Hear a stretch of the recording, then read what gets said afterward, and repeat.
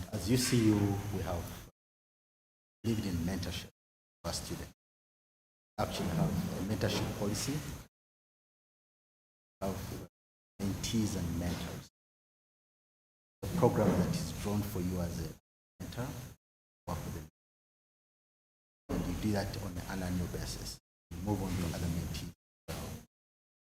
But we'll be doing it, and it's a lot of in-house.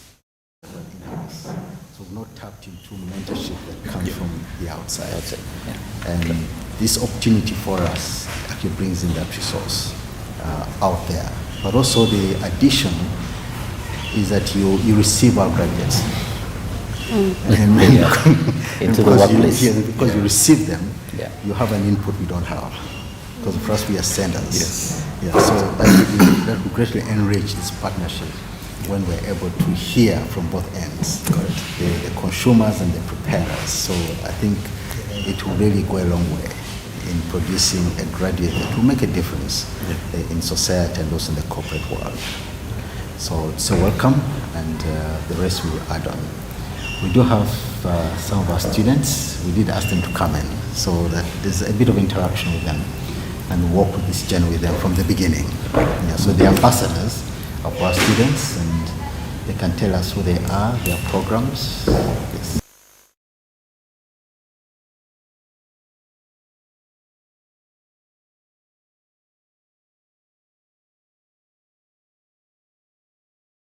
Student, and a student of human rights, peace and humanitarian relations. Great. Good afternoon. Good afternoon. I'm Joan Emmanuel, Honors College scholar, and I'm from the subject human rights, peace, humanitarian relations. Great. Good. Right. Okay. That's the preamble. Great. Okay, so David, thanks so much for the background, and for the team from UCU. We thank you so much for having us. I stand in a unique ground here because I am actually on both ends. I serve on the board of UCU under the audit and compliance for the board, but I'm also a product of the C.E.O. Apprenticeship program. So on my side, I'll ask that we do our introductions. My name is Robert Wanok, and I work for DFCU Bank as the head of personal and business banking for DFCU, but I am also a C.E.O. apprentice. Thank you. Okay. And I'm Juliet Mpima, head of HR at NCBA Bank. I've also had the opportunity to interact with UCU before with the HR Managers Association, previously on a couple of accounts. So I'm actually really excited that we can do something more with the C.E.O. apprenticeship class. So I come from the class of 2020, and we joined arms with the class of 2021, and we hope that we will extend whatever we'll be doing to all the alumni within the C.E.O. Summit program. Thank you. Yes, greetings everyone. I'm really happy to be here. Benon Okwenje is my name. I work for Centenary Bank. I head the financial markets department, and I'm also a product of the C.E.O. apprenticeship class of 2021. So pleasure to be here. Good afternoon, ladies and gentlemen. Good afternoon. My name is Faith Aoma. I work at the C.E.O. Summit, and at the C.E.O. Summit, we actually house the C.E.O. apprenticeship program. I know you've been hearing about it. So CAP, as we call it, started in 2013. So we have over 170 people that have gone through this program. The idea of the program was to help the next generation leaders, make them better, and we train them with CEOs as well. That's why it's C.E.O. apprenticeship program. CEOs come in and also just share their experiences and share their stories as well. And we're so happy to be here with the class of 2020 and 2021. This is a beautiful initiative that we are so happy to have, and we look forward to it going beyond what is in this room and beyond UCU. Yeah, it's nice to meet you all, and it's good to be here today. Thank you.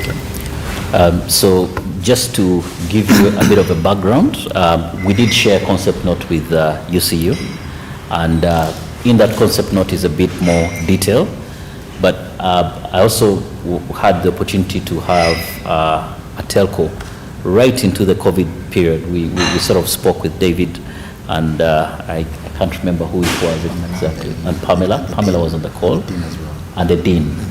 And we sort of broke down what the vision was, but on the CEO apprenticeship programs, we normally have a leadership structure, and in this room are two representatives of 2020 and 2021 that are charged to bring out and bring to life our legacy projects. So this is one of our legacy projects that we actually bring to life. So Benoni, I'll ask that you take us through the concept and what we're trying to achieve. Then Juliet will also be able to back it up. Yeah.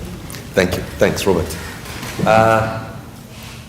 So the CEO apprenticeship program, like Faith kind of highlighted, brings leaders from different organizations across different sectors, different areas. So we come together, we go through this course. So as part of the course, we have to come up with a legacy project, something that we're supposed to do together that we feel will be a way of getting back or having some sort of impact.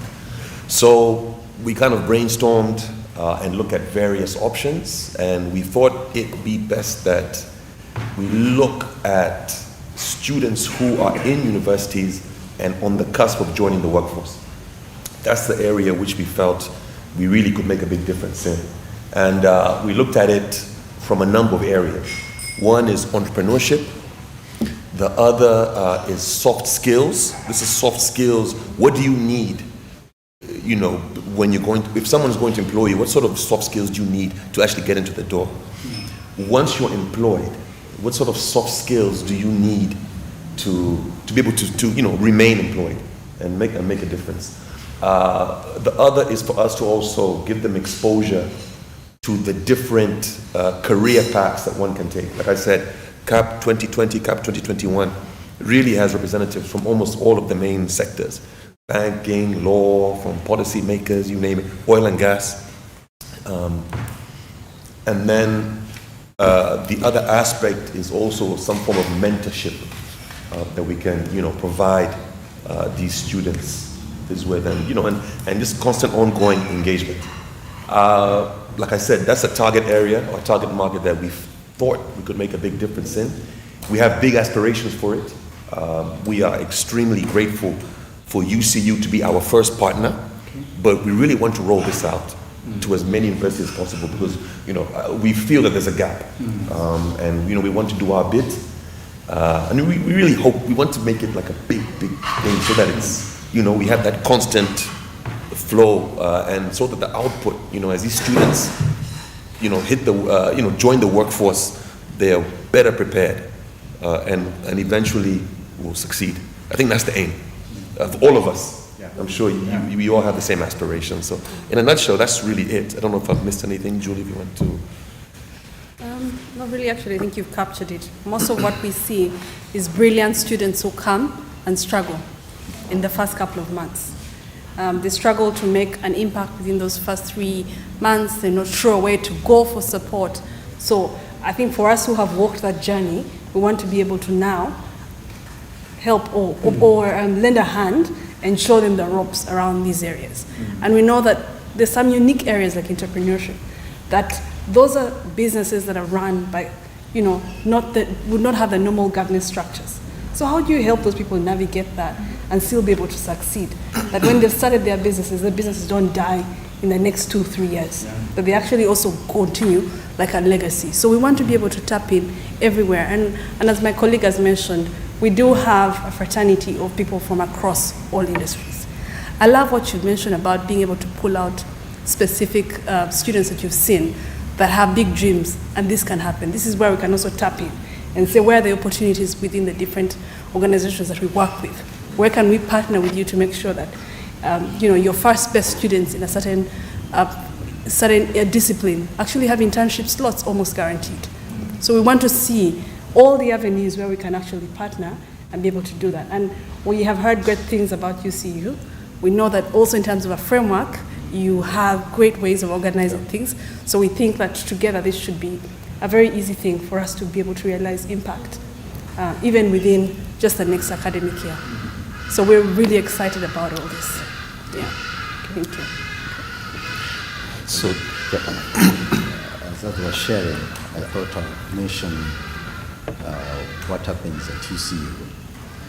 In addition to you coming for your professional discipline, for example, you're coming to pursue law or medicine, we do have what we call foundation courses. Then additional 5 courses that you're required to do, and they are assessed and also credited onto your CV. So there are aspects that look at other domains of character and professionalism. So there are things like basic computing, communication skills, basic mathematics, and worldview. So it's really to give you a bit of that outside the classroom knowledge and expertise that you would require. So we do have that, and when you're discussing, I can see avenues where we can easily append what we are planning to do. So we have that framework that already exists in the classroom. So this could be a component that comes in either worldview, it can come from communication skills, it come from character building, presentation, and communication. So there are many areas we could do that. And also as an institution, we do struggle when we are sourcing out for visiting lecturers, visiting speakers. So this comes as a pool that is made available for us, that when we have those opportunities to invite external people to speak to our students, there's a pool to draw from. And in this case, it may be a single individual, but it could be a panel that you're actually drawing together to come and engage with the students. Then also the Guild do have their own different development programs. They also would like to do their own leadership building, and they organize their own at their level. So there's also that intervention that may not be from the management or from the teaching side, but also at the Guild level, where they have Guild weeks and they want to invite different stakeholders to engage with them at that level. And then the other aspect also is our research domain. We like to grow our research, and I think the research field is out there. And research is, if it's pure academic, it doesn't impact on society. So it's good for us to do research that speaks to the needs in society. relevant. And I think this is going to enrich our research agenda. That we will be listening to what the needs are there, and we'll be researching towards arriving some solutions to some of the challenges being there. So I see a multi-faceted approach which we could actually benefit. Okay. The other aspect that probably Faith didn't touch on as part of one of the objectives of the C.E.O. Apprenticeship program, when the program began, it was addressing a very specific gap that was there in the market, and one of that gap that was highlighted was how was it that by 2013 you would barely have any Ugandans that would hit the level of a CEO in the market. Most of our CEOs, even up to now, are expert, and that was a key gap that actually came in.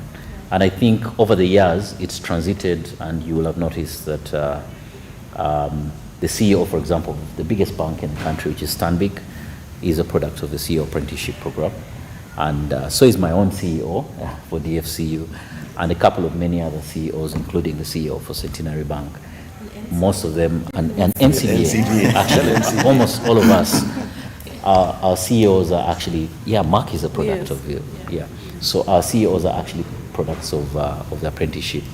So we feel that that has moved the dial.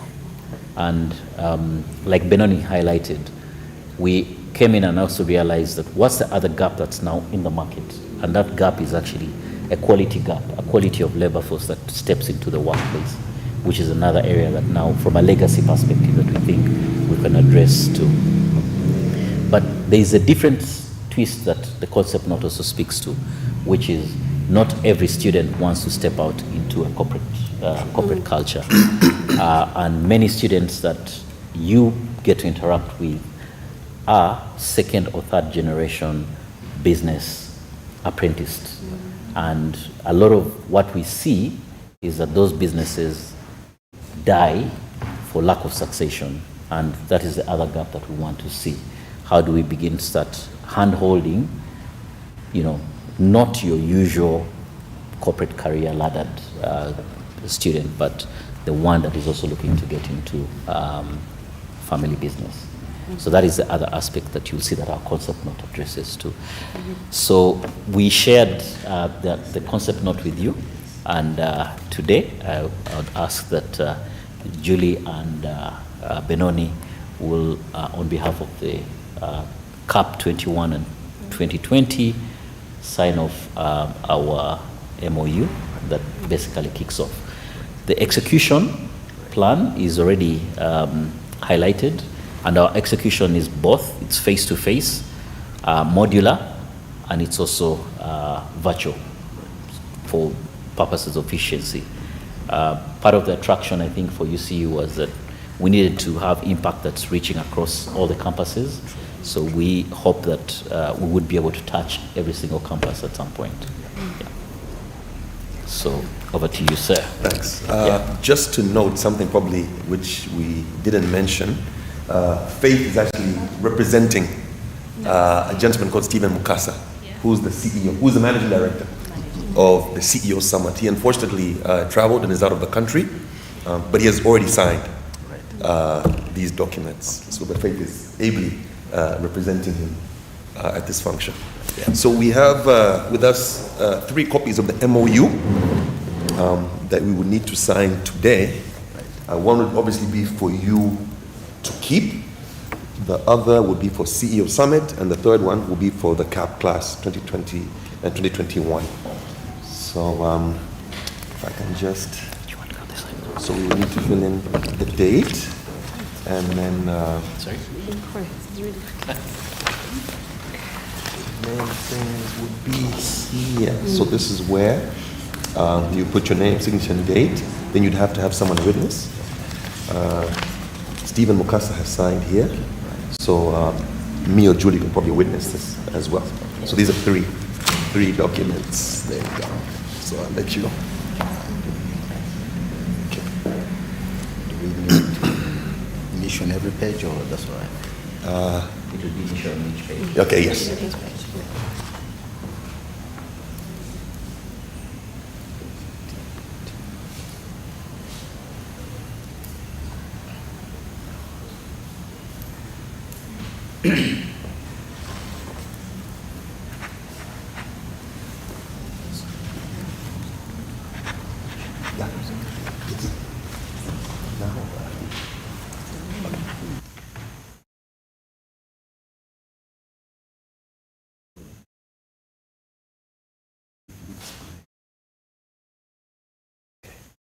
Okay, that's fine. That's very okay. Yeah.